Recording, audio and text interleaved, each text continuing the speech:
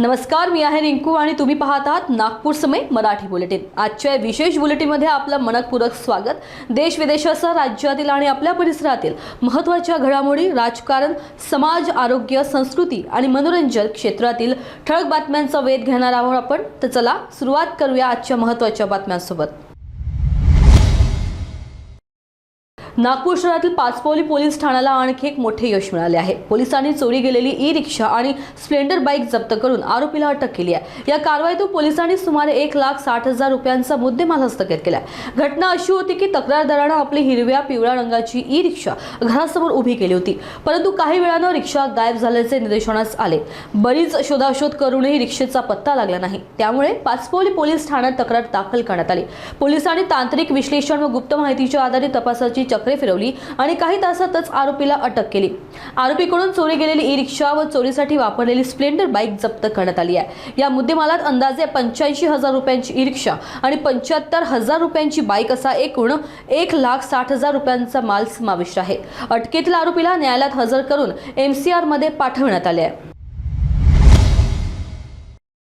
केंद्रीय मंत्री नितीन गडकरी यांनी नागपूरमधील एका खासगी संस्थेच्या सत्कार समारंभात शिक्षण आणि कौशल्याचे महत्त्व सांगताना एक महत्त्वपूर्ण आणि मनोरंजक मुद्दा मांडला। गडकरी म्हणाले, जग झुकते पण झुकवणारा हवा असतो। तुमच्याकडे शिक्षण आणि कौशल्य असेल तर तुम्ही काहीही करू शकता।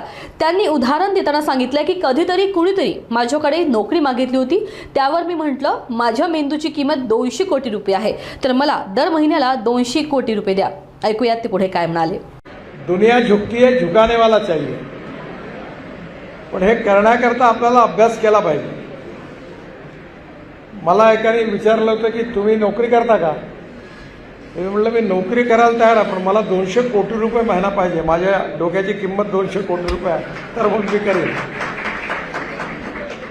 त्यामुळे आपल्याला जर ते ज्ञान प्राप्त झालं, कौशल्य प्राप्त झालं, तर आपली किंमत वाढते। मी खूप वेळा सांगितलं, मागच्या महाराष्ट्रातील जालना जिल्ह्यातून एक हृदयद्रावक घटना समोर आली आहे। कुंभार पिंपळगाव येथून अपहत्य करण्यात आलेल्या एका युवकाची निर्गुण हत्या करण्यात आली आहे। शनिवारी रात्री सुमारे 10 वाजताच्या सुमारास सुरेश तुकाराम अर्दात या युवकाला 4 जणांनी चारचाकी वाहनातून जबरदस्तीने अपहरण केलं। त्यानंतर आरोपींनी त्याच्यावर पिस्तूल आणि कुऱ्हाडीने प्राणघातक हल्ला केला। सुरेश अर्दात याचा मृतदेह बुलढाणा जिल्ह्यातील किगाव राजा पोलीस ठाण्याच्या हद्दीतील ताडेगाव टाकरखेडा रस्त्यालगतच्या शेतात आढळून आला।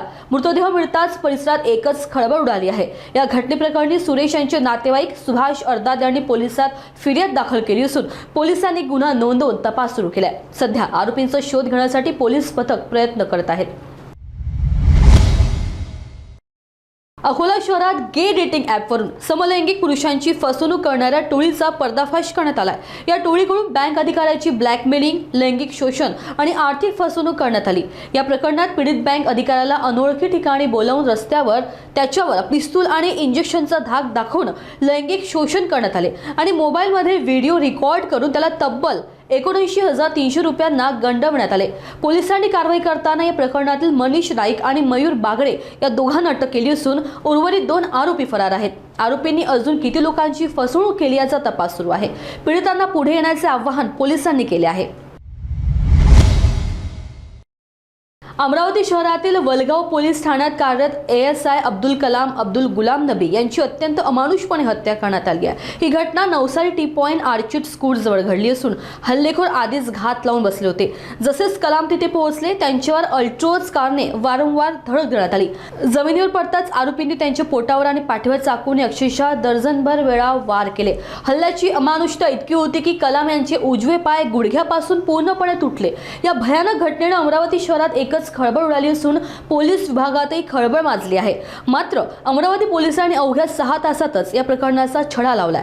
क्राईम युनिट 1 ने जियानुद्दीन, एहसानुद्दीन आणि आवेस खान, अयूब खान या 2 आरोपींना अटक केली आहे, तर तिसरा आरोपी फाजिल सध्या खासगी रुग्णालयात उपचार घेत आहे। आजच्या बातम्यांमध्ये एवढंच। आणखी ताज्या व विश्वासार्ह घडामोडींसाठी बघत रहा नागपूर समय। पुन्हा भेटू लवकरच।